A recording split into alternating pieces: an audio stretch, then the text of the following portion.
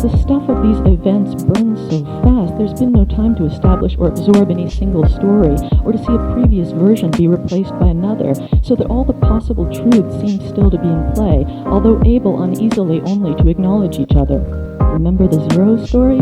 Something about a car spotted fleeing the scene. Was a male figure mentioned, or did I make that up? Some guy, boiling water for coffee or noodles, or ready in an instant, as if he himself were a reconstituted soup mix. This character, you know, the beer in his hand, the car radio blaring, smoke on the water, the story he tells himself in half phrases. Shit, she used to love it here. The way he roughly brushes at his eyes with the back of his fist and tosses his cigarette butt at the campfire pit. Ah, god damn it. Note from a creative writing textbook, fiction: a false line of dialogue can ruin an entire scene. Story number 3A. What's this paper doing here? Our heroine pulls her ex-husband's letter from her pack, alone in the forest, and breaks down, deciding to burn it at once, which we are meant to understand or to be understanding about, although she is in fact on duty in her role as a Forest Service technician enforcing a ban on fires. It speaks. A failure of understanding is often figured as a failure of grasp. We say, X doesn't get it. We say, the meaning completely escaped her. And Carson remarks Paul Celan's idea of language as net or grill work, sprachgitter, in whose limits and meshes we are, quote, cleansed of the illusion that we could talk. Story 3B. Her husband has, quote, told investigators he never wrote her a letter. Prosecutors also said there was no evidence of burned paper at the scene, but they are still conducting tests on the debris.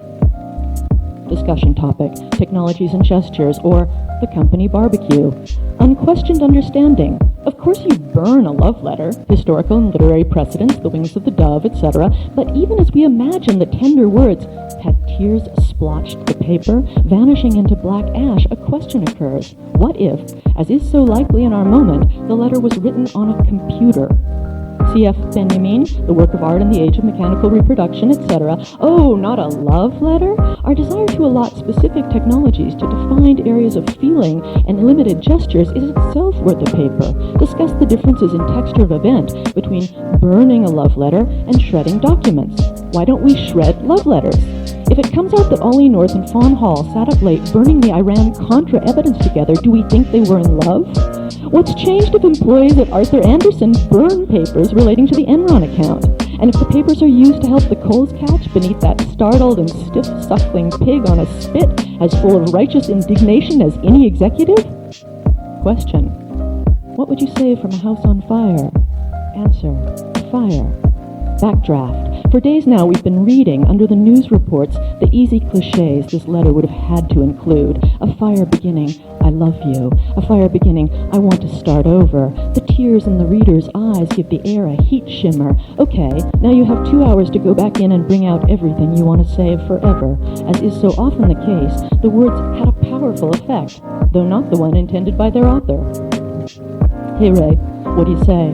In more stories than I can count, which function despite appearances as instruction manuals for if not good then at least better behavior, our heroine brusquely crumples the letter, thinks for a minute, unfolds it again, and, putting the offending document on the seat beside her, drives home.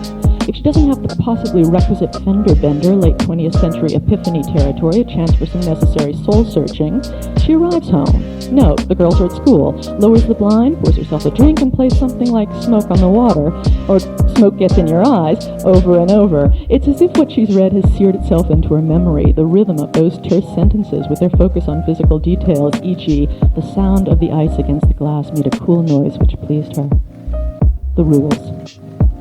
Sometimes trying to rekindle an old flame works, but frequently the best advice we can give a woman who thinks she's still in love with her ex is, next. The plea, innocence. The sentence. We have yet to take our thinking about fiction to the level of the sentence.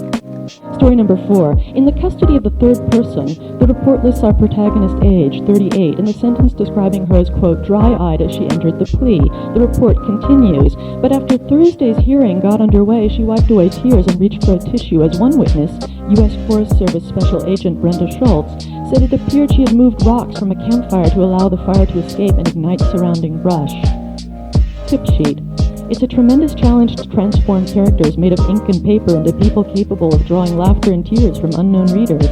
The creation of the hero and heroine in a romance can be fraught with unique problems, and as the number of romance novels multiplies daily, writers are challenged anew to breathe life and individuality into these two people who have often been labeled cardboard cutout stereotypes by critics. Advice from a poet, dead. No tears for the writer, no tears for the reader. Discussion topic, gesture and technologies. Loyola's journal charted his spiritual progress by recording his degree of responsiveness to the act of worship, recording the absence or presence, while praying, of tears. Discuss other instances from life or literature in which this bodily function marks a dissolve between public, exterior, and private, interior. In your own experience, does this tend to be a gender-specific technology? What do tears stand for here? Questions for further study. What are the social benefits of a legible body? What costs might be involved, both presently and in the future? Who pays and how? Story number 4A. She dreams of being a fire inspector, a debris sifter, one of the experts called in after the whole thing's over. She can tell you how everything happened there in order, just one glance, and she knows how this one began. She shakes her head. We can't see her eyes behind the sunglasses, but her mouth is grim. You see what I see? She asks. But we never do. Not ever. Not until she tells us what to see. She sifts the evidence into a carefully labeled plastic bag, and we notice the tan line on her left hand's ringless third finger. Debris or not debris. It was expressing John's feelings for Terry, that he loved her and wanted to get back together with her. These astonishing, romantic sunsets. Static in the background, heavily amplified to stand for the sound of the fire. Heavily overgrown forests. Residential construction in so-called red areas, some noise about an increase in the population of wood-eating beetles, and almost no snowpack. Now you're getting warmer. My father's house sat on a little over an acre of land. Now imagine that house and land times 137,000. Fuck it, my friend's tattoo says, burn everything. The problem of breathing in this atmosphere. Questions for further study. Do you think we could just start over?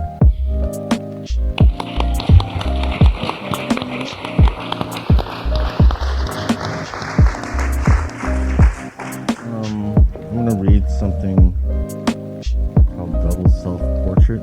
There's somebody moving towards me. One of the things I sort of thought I'd make a little preface.